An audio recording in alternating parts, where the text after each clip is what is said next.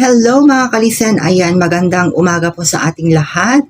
Naway nasa mabuti kayong kalagayan.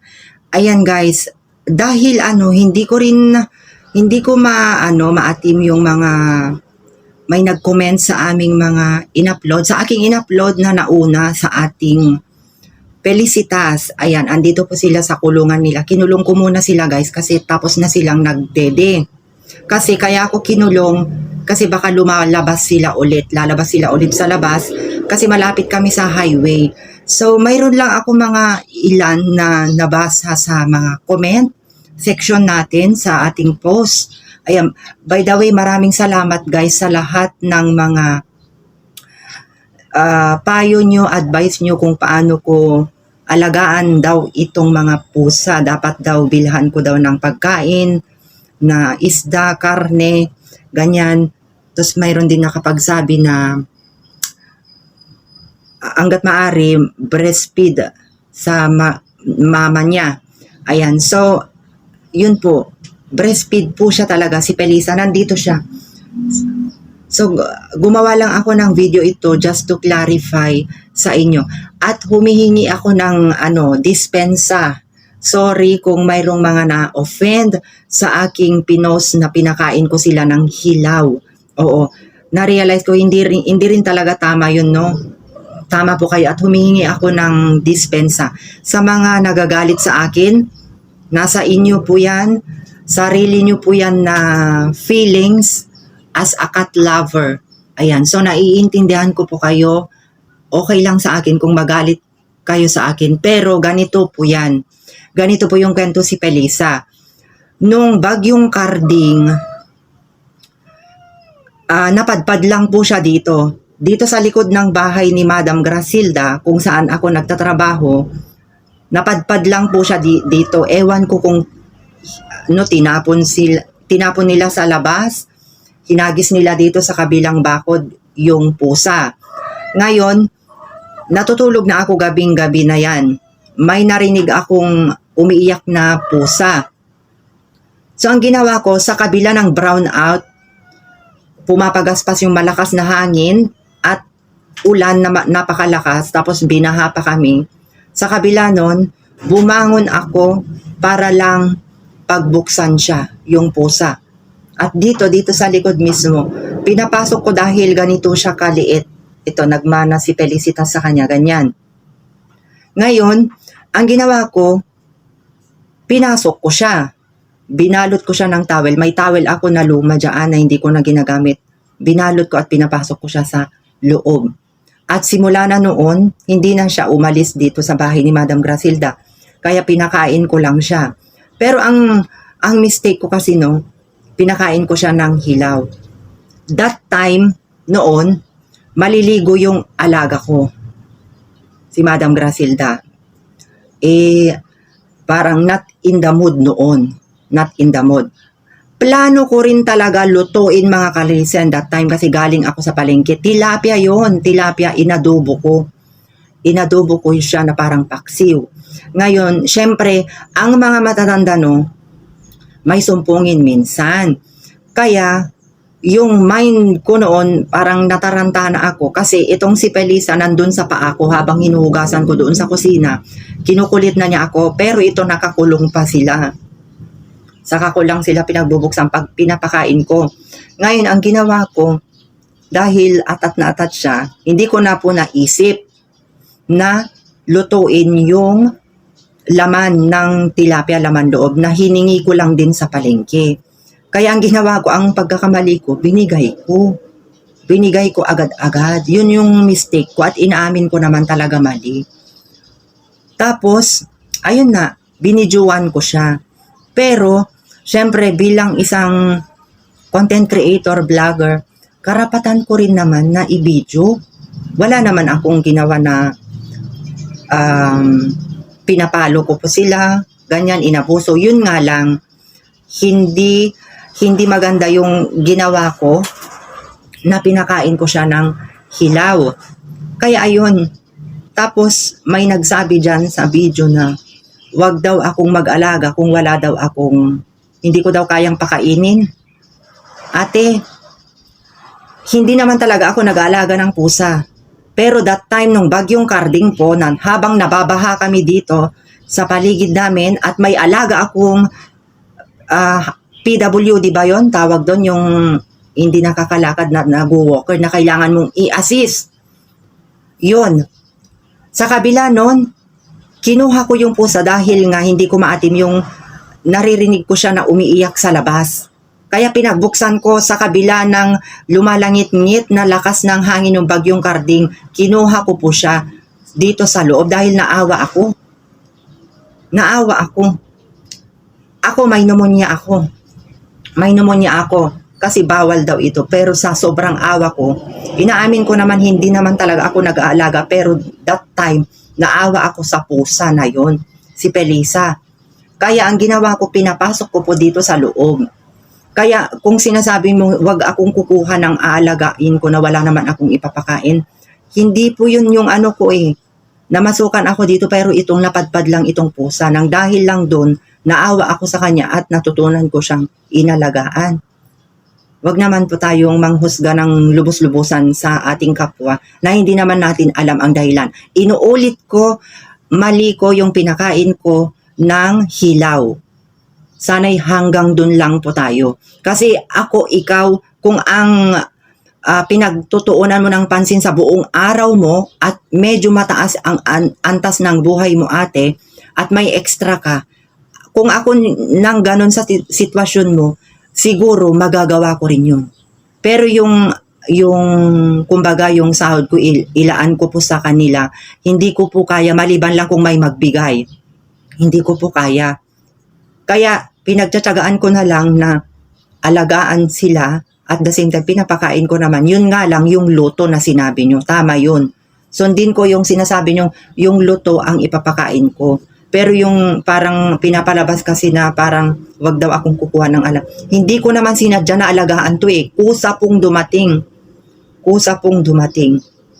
Kaya wag na po tayong mag-ano dito. Wag na po kayong mag-away kasi may nababasa ako dyan, nag-aaway yata sa mga comment ng dahil lang doon. Nagkamali ako nang humihingi ng dispensa sa inyo. Nadala lang din ako noon dahil hindi ko alam kung saan ko pakinggan kasi nga mayroon din akong alaga. Syempre, alangan naman na ipa-priority ko na anuhin ito. That time, gusto nang maligo yung alaga ko that time. Kaya, nung kinukulit ako ni Pelisa, binigay ko na lang siya. Pasensya na inuubo ako sa kabila ng pag-ubo ko. Hindi ko pa sila pinapabayaan. Sa totoo lang, going to recovery pa lang yung ubo. Excuse me guys. Kaya, ganun ang nangyari. Pero hindi ko po sinadya yun. Huwag nyo naman akong husgaan na yung, sa bagay, hindi ko naman hawak yung isipan nyo, no? Kung ganyan yung ganyan yung pagtanggap nyo sa aking in-upload na video. Pero hindi ko intention na ganon ang gagawin ko sa kanila. Kaya yung kasi parang nakakaano din pag may nag-aaway sa mga comment section ng dahil lang sa sa pinost ko na yun. Wag na po tayong wag na nating excuse me, palalain. Kasi ako na humihingi ng dispensa sa nagawa ko na yon. Pinakain ko sila ng hilaw. Magkape tayo guys. Kasi natutulog pa yung alaga kong matanda. Kaya paggising ko nakita ko kasi na may dito. May mga comment na parang nag-aaway na dahil doon sa pusa. Ayan, kakatapos na silang mag-breastfeed. Mababait sila. Namatay po yung dalawa dahil nagkasakit po sila. Kasi ang ginagawa ni Pelisa kasi, sinasakal niya, ganun pala pag kagatin niya ito dito. Oh. Kinakagat niya itong niya, leeg niya. Tapos, doon sa taas, doon niya nila dinadaan. Sumisigaw ito, inaawat ko pero ayaw paawat.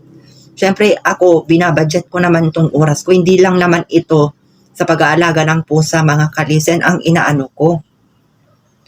Napamahal lang din naman sila sa akin ito dahil nga naawa ako sa mama niya. Hanggang nanganak nga po siya. Kaya nung nanganak nga po siya, doon niya pinili sa loob ng cabinet. Doon sa loob ng cabinet, yung paglagyan ng damit. Pero anong ginawa ko? Hindi ko siya pinagtabuyan. Nandyan po sa video yan. In-upload ko sa video. Nandyan. Kasi kung hindi ko sila pinangalagahan. Kung nanganak siya noon, pinagtabuyan ko. Pero yun nga, hindi naman lahat ng tao ay cat lover. Hindi naman ako totally na cat lover, pero naawa ako sa kanila. At kaya ko din naman alagaan sa abot ng aking makakaya. Kung sa inyo, kaya nyong ibigay, ilaan yung oras nyo buong maghapon, okay, wala namang problema kasi sa inyo po yun. Pero ako po, namasukan po ako dito bilang isang kasambahay, may alaga akong matanda. Intindihin nyo naman ako, guys. At hindi lang naman ito yung inaalagaan ko. Pero hindi naman nangangahulugan na pinagtatabuyan ko sila at hindi ko kayang alagaan. Sa abot ng aking makakaya, aalagaan ko sila. Pero yung sasabihin nyo na dapat may pagkain silang ganito, parang parang nakaka-open din kasi nga, yung hindi daw ako kukuha ng alagaan ko kung hindi ko kayang pakainin. Ate, pag namamalengke ako, pag may mga pusa dyan, pag may pagkain na binibigyan ko. Ang daming mga pusa dito na pusang gala. Pusang gala ito si Pelisa. Pero yun nga, mabait siya. Kaya naawa ako sa kanya. At hindi na rin siya umaalis. Dalawa yung bahay dito, magkasiping halos. Kamag-anak din ng amo ko. Pero, inaalagaan din siya. Kasi lumalabas din si Pelisa. At kaya kayo siguro nagtataka bakit nakakulong ito. Kinukulong ko dahil lumalabas po sila, baka mabangga sila sa labas pag lumabas sila sa kalsada. Kaya minabuti ko, nilagay dito. Sa kabila na may inaalagaan akong matanda na hindi makalakad. Nakakalakad naman siya pero may walker. Naawa lang din ako sa pusa, kaya ako tinanggap si Pelisa dito. Hindi lang naman ako ang noon nang papakain kay Pelisa, dito rin sa kabila. Kasi nga magkakapit bahay lang kami. Kaya inalagaan na lang namin kung saan siya pupunta pinapakain. Kung dito siya pinapakain ko. Ganon ang routine ni Pelisa dito hanggat na nganak siya. Kasi may mga dumadayo din na lalaking pusa hanggat nabuntis siya.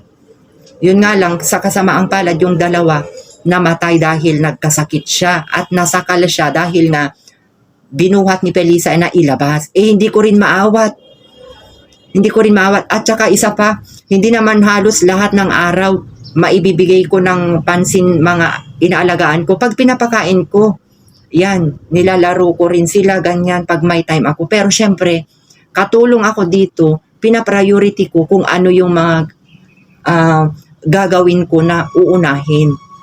At the same time, naaalagaan ko rin sila kahit papano.